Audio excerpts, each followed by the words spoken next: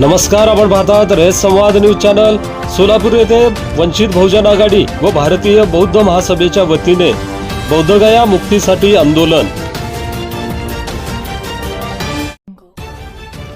बुद्धगयेतील महाविहाराचे नियंत्रण आणि व्यवस्थापन बौद्धांच्या ताब्यात द्यावे या मागणीसाठी सोलापूर येथे 12 मार्च रोजी वंचित बहुजन आघाडी व भारतीय बौद्ध महासभेच्या वतीने आंदोलन करण्यात आले।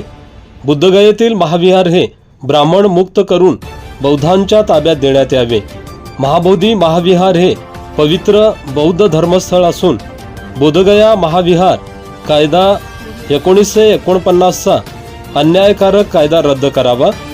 जागतिक वारसा अबाधित ठेवण्यासाठी मोठ्या प्रमाणात विशेष निधी आणि सुविधा देण्यात याव्यात अशी मागणी वंचित बहुजन आघाडीतर्फे करण्यात आली।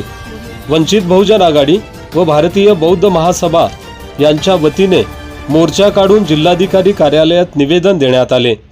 या आंदोलनात वंचित बहुजन आघाडीचे जिल्हाध्यक्ष चंद्रशेखर मडीखांबे, भारतीय बौद्ध महासभेचे जिल्हाध्यक्ष अण्णासाहेब वाघमारे, वंचितचे शहराध्यक्ष प्रशांत गोणेवार, जिल्हा महासचिव अनिरुद्ध वाघमारे, शहर महासचिव विनोद इंगळे, कामगार संघटनेचे जिल्हाध्यक्ष सूरज आरकराव, आतिश बनसोडे, विक्रांत गायकवाड आदींसह वंचित बहुजन आघाडी व भारतीय बौद्ध महासभेचे पदाधिकारी कार्यकर्ते मोठ्या संख्येने उपस्थित होते।